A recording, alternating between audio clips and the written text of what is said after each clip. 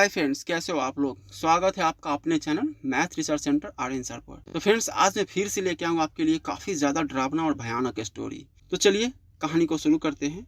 शीर्षक का नाम है भूतिया हवेली। यह कहानी है भूतिया हवेली के बारे में। बहुत साल पहले की बात है। सीतापुर नाम का एक गाँव था। उस गाँव में एक बहुत ही बड़ी हवेली थी। वहाँ सिर्फ भूतों का ही वास था। जो भी उस हवेली में जाता था, भूत उसे मौत के घाट उतार देता था और उसके कटे हुए सिर को बाहर रास्ते में फेंक देता था, ताकि लोग समझ जाए कि इस हवेली पर सिर्फ मेरा राज है और किसी का भी नहीं। इसी डर से लोग वहां कभी नहीं जाते थे और इसलिए उसे खूनी हवेली भी कहा जान करते थे। उस हवेली में रहने वाले भूत ने इतना दहशत फैला रखा था कि लोग उस हवेली के आसपास भी जाना नहीं चाहते थे। यहाँ तक कि भेड़ बकरी भी अगर गलती से घास चढ़ते चढ़ते वहाँ पहुँच गए तो वो भी तुरंत अपना दुम दबाकर भाग जाता, क्योंकि वह भूत जानवरों को भी नहीं छोड़ता था। एक दिन अमावस की रात थी।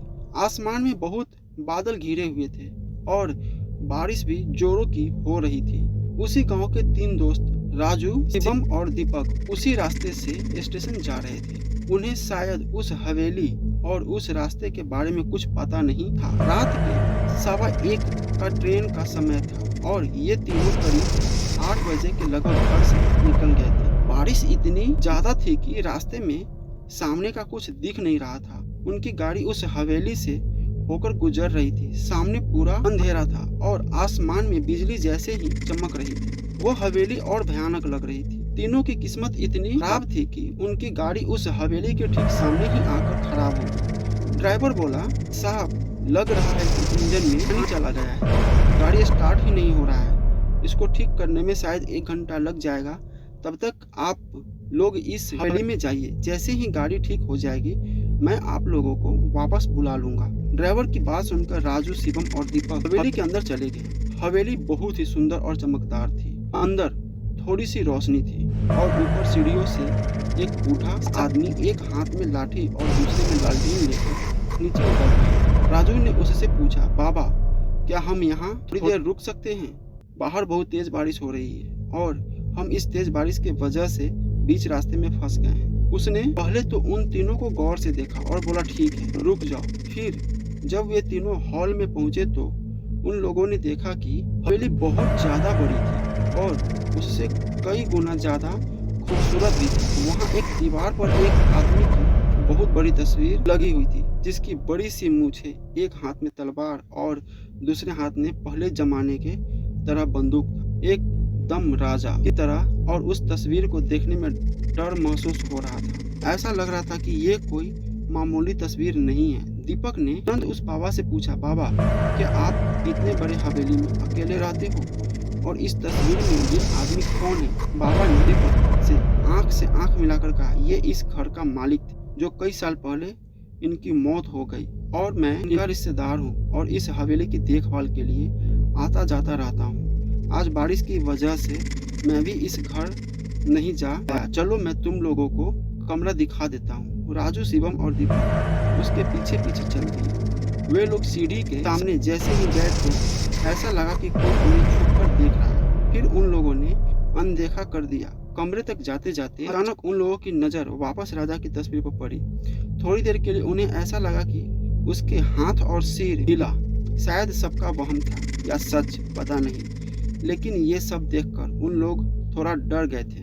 फिर वो बाबा उन सब कमरे में लेकर गया। फिर उन लोगों ने अपना अपना सामान रखा और सो गए। वे लोग इतना थक चुके थे कि जिस पर लेटते ही नींद आ गई। रात के शायद 12 बजे का समय हुआ होगा। तभी शिवम अचानक चिल्लाने लगा। उसकी आवाज सुनकर उसके दोनों दोस्त जग गए और उससे पूछने लगे, क्या हुआ भाई, तू इतना जोर से क्यों चिल्लाया? फिर शिवम बोला, मुझे एक बहुत डरावना सपना आया था। मैंने देखा कि उस फोटो वाला आदमी हम तीनों को मारने आया है। शिवम की बात सुनकर राजू और दीपक को मजाक आया, इसलिए उन दोनों ने उसे समझाया और दोबारा सुला दिया और खुद सो गए। फिर थोड़ी देर बाद बिल्कुल वही सपना राजू और दीपक को आया। इसके बाद तीनों डर गए। अब उन लोग को इतना तो समझ आ गया था कि एक ही सपना हम तीनों को नहीं आ सकता। इस हवेली में कुछ तो गड़बड़ है। शायद ये भूतिया हवेली तो नहीं है। दीपक ने जल्दी से जाकर दरवाजा खोलने की कोशिश किया, लेकिन वो बाबा बाहर से दरवाजा बंद करके चला गया था। अब उन लोग को समझ नहीं आ रहा था कि क्या करें। डर के मारे सब को जोरों से प्यास लग रही थी। साथ में पानी लाए थे, लेकिन एक ही घुट पीने में सब पानी खत्म हो गया। फिर तीनों खिड़की से आवाज लगाने लगे, लेकिन बाहर से कोई जवाब नहीं आ रहा था। दीपक ने अपना मोबाइल उठाकर फोन करना चाहा, लेकिन वहाँ नेटवर्क ही नहीं था। सब कुछ बहुत अजीब हो रहा था। अब उनके साथ आगे क्या होने वाला था ये किसी को नहीं पता था, लेकिन उन्हें समझ आ गया था कि वो बहुत बुरी तरह से फंस गए। पूरा एक दिन और एक रात बीतने के बाद उनके कमरे का दरवाजा बाहर पूरा सन्नाटा था, और जो बाबा उनको मिला था उसका भी कोई पता नहीं था। जैसे ही दरवाजा खुला, तीनों पागलों की तरह दौड़कर कमरे से बाहर निकले और हवेली से बाहर निकलने का रास्ता ढूंढने लगे, लेकिन बाहर जाने का कोई रास्ता नहीं था। फिर सब लोग ऊपर चले गए और वहां से नीचे कूदने का सोचा, लेकिन हवेली इतनी ऊंचा था कि उन लोग का हिम्मत ही नहीं हुई। उदास होकर सभी वापस नीचे आ गए। सबको बहुत तेज भूख और प्यास लगी थी। सब जगह देखा, लेकिन उन्हें ना ही कुछ खाने को मिला और ना ही कुछ पीने को। नल तो था, लेकिन उसमें पानी नहीं आ रहा था। सब थक के एक जगह बैठ गए और अब क्या करें यही सोचकर एक दूसरे से पागलों की तरह बर्ताव करने लगे। थोड़ी ही देर में शाम हुई और उस हवेली के अंदर एक शैतानी माहौल बनना चालू होने लगा। थोड़ी देर में अंधेरा हो गया और तीनों दोस्त आपस में लड़ने लगे। ऐसे ही उन लोगों की रात बीत जाती है। फिर दूसरे दिन सुबह होती है और फिर से सबको दोबारा से भूख और प्यास लगी होती है। सुबह फिर से सब लोग पानी खोजते हैं। तभी अचानक शिवम का पैर सीढ़ियों से फिसल जाता है और उसके पैर से खून निकलने लगता है। खून को देखते ही राजू और दीपक पागलों की तरह खून को पीने लगते हैं। तभी शिवम कहता है, अरे पागल हो गए क्या तुम लोग? क्या कर रहे हो? जानवर हो क्या? शिवम की बात पे कोई भी ध्यान नहीं देता है और उसके खून को पीते रहते हैं। खून को पीने से उनकी थोड़ी सी प्यास बुझ जाती है, लेकिन अब भूख के मारे उनकी जान निकलने लगी। रात हो गई थी। राजू और दीपक के अंदर शैतान समा गया था। वे दोनों शिवम के ऊपर टूट पड़े और उसे नोचने लगे। पूरी खेल चालू हो गया था। उस हवेली में जो शैतान रह रहा था वो उन दोनों को अपने बस में कर लिया था। थोड़े ही देर में राजू और दीपक शिवम के शरीर को काट काट कर टुकड़े टुकड़े कर दिए और उसके मांस को खाते रहे और खून को पीते रहे। शिवम की जान बची ही कितनी थी। इतने दिन का भूखा दोनों से बच नहीं पाया। शिवम की मौत हो गई। राजू और दीपक काफी देर तक उसका मांस खाते रहे, जैसे कि जानवर दूसरे जानवर का मांस नोच कर खा रहा हो। ऐसा लग रहा था कि उन लोगों के अंदर का इंसान मर गया हो। कुछ देर बाद रात हो गई।